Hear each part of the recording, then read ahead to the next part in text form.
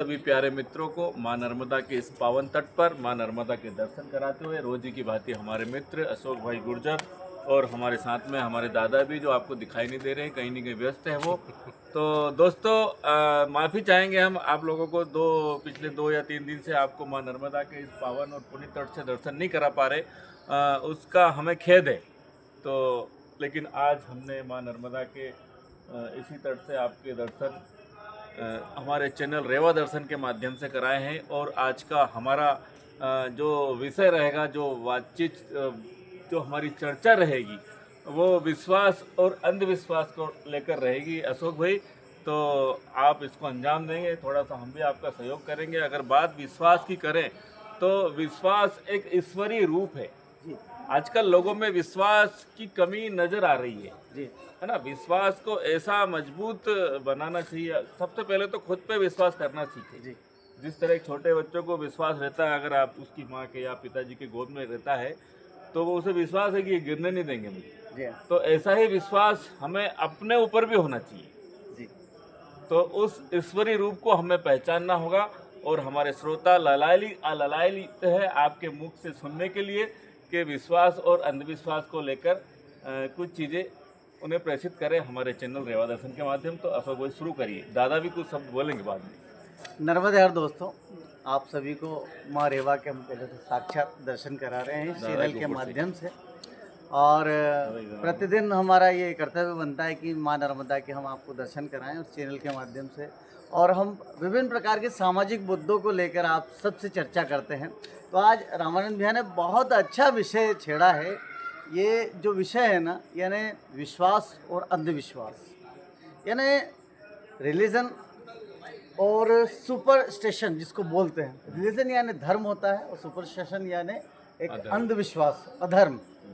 तो आपने एक बहुत अच्छा इसमें एक जो पिता की भूमिका भगवान निभाते हैं। देखिए, बहुत अच्छी बात है कि जब हमारे हाथ में एक बच्चा रहता है, अपना खुद का बच्चा, हम जब उसको उछालते हैं तो वो बड़े हंसते हुए ऊपर जाता है, क्योंकि उससे ये बिलीव है, ये ट्रस्ट है कि वो जब नीचे आएगा तो मेरे पिता उसको अपने हाथों में स्वीकारेंगे, झेल लेंगे, संभाल लेंगे। तो ऐसे ही भगवान भोलेनाथ, नर्मदा और हम सब जितने भी हमारे धर्म पे आधारित जितने भी हमारे धर्म ग्रंथ हैं, हमारे ईश्वर हैं, हम उन सब पर बहुत निष्ठा रखते हैं और रखना भी चाहिए। लेकिन अगर बात अंधविश्वास की आए, अगर बात सुपरस्टिशन की आए, यानी कि अंधविश्वास की अगर करते हैं, तो बहुत सारा एक भ्रमित तथ्य पूरे भारत में है जिसे हमें दूर करना है दोस्तों। पहला तो जैसे हम कहीं जैसे जाते हैं और अगर मान लो हम रास्ते में बिल्ली ने रास्ता काट दिया, तो ये बहुत बड़ा अंधविश्वास है। अगर हम इस चीज़ को सोचें, क्योंकि बिल्ली अपना कार्य कर रही है, वो अपना धर्म निभा रही है, वो अपने काम से जा रही है, हम अपने काम से जा रहे हैं। और दो व्यक्ति अगर अपने काम से जा रहे हैं और वो आपस में एक दूसरे को क्रॉस कर रहे हैं, तो इसमें अंधविश्वास नहीं होना चाहिए। दूसरा कि बहुत सारे जो तथाकथित जो बाबा होते हैं, जो ओझा होते हैं, जो हरी मैटिन बिछा कर बैठे हुए रहते हैं, या विभिन्न प्रकार के जो लोग होते हैं, और वो लोगों को इस तरह से भ्रमित कर रखे हैं उन्होंने। अब ये वर्तमान में आप शायद सोशल मीडिया पे बहुत सारे वीडियो भी देख रहे होंगे, हालांकि उस विषय में अपन चर्चा नहीं करेंगे। लेकिन ये जो अंधविश्वास है ना, इसे हमें दूर करना पड़ेगा दोस्तों। अगर धर्म की बात की जाए, यानी रिलीजन की बात की जाए, तो धर्म हमें शक्ति देता है, धर्म हमें नेक राह पर चलना सिखाता है। धर्म एक आस्था का ऐसी परिकाष्ठा एक बनाता है जिससे हम प्रभु को, ईश्वर को हम अपना पिता मानते हैं। तो ये ट्रस्ट तो होना चाहिए, लेकिन अंधविश्वास पे बिल्कुल नहीं होना चाहिए रामानंद यार। अंधविश्वास से हमारा जो भारत है वो बहुत पिछड़ रहा है।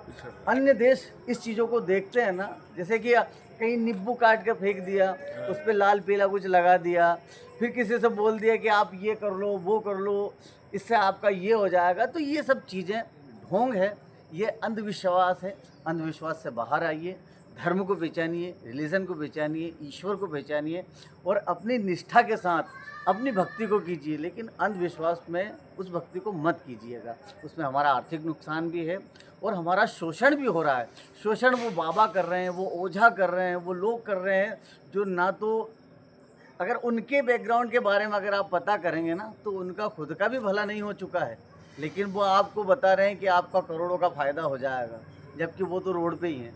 तो ऐसे लोगों से भी आप सावधान रखिए, ऐसे अंधविश्वास से हमें दूर रहना है। रामानंद भैया अगर इस पर बोले तो काफ़ी लंबा समय हो जाएगा, लेकिन बस मैं इतना ही कहना चाहूँगा कि आप अंधविश्वास से दूर होइए, रिलीजन को समझिए, हमारे धर्म को समझिए, हमारे ग्रंथों को समझिए और उनका अध्ययन कीजिए। अगर आप गीता का अध्ययन करेंगे, जैसे गीता में कहा गया है, यदा यदा ही धर्मस्य ग्लानिर्भवति भवति भारत, यानी अगर मैं इसको श्लोक को भी लंबा बोल सकता हूँ, लेकिन भगवान क्या बोल रहे हैं आपसे, ईश्वर क्या बोल रहे हैं?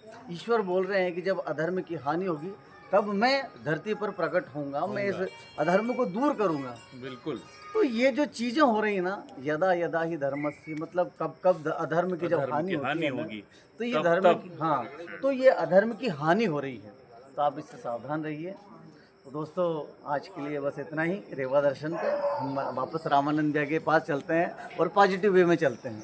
बहुत बहुत धन्यवाद अशोक भाई।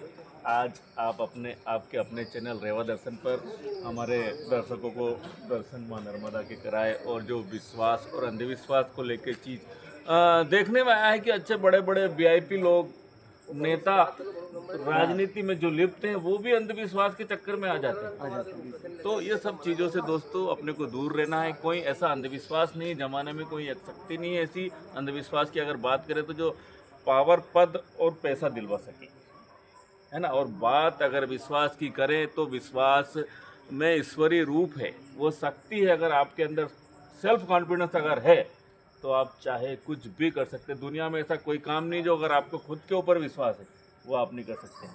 तो दोस्तों आज का हमारा वीडियो कैसा लगा, आप अपनी राय ज़रूर दीजिए कमेंट्स के माध्यम से। और माँ नर्मदा की इस पावन तट पर हमारे चैनल रेवा दर्शन पर फिर से आप सभी लोगों का स्वागत है। नर्मदे हर। नर्मदे।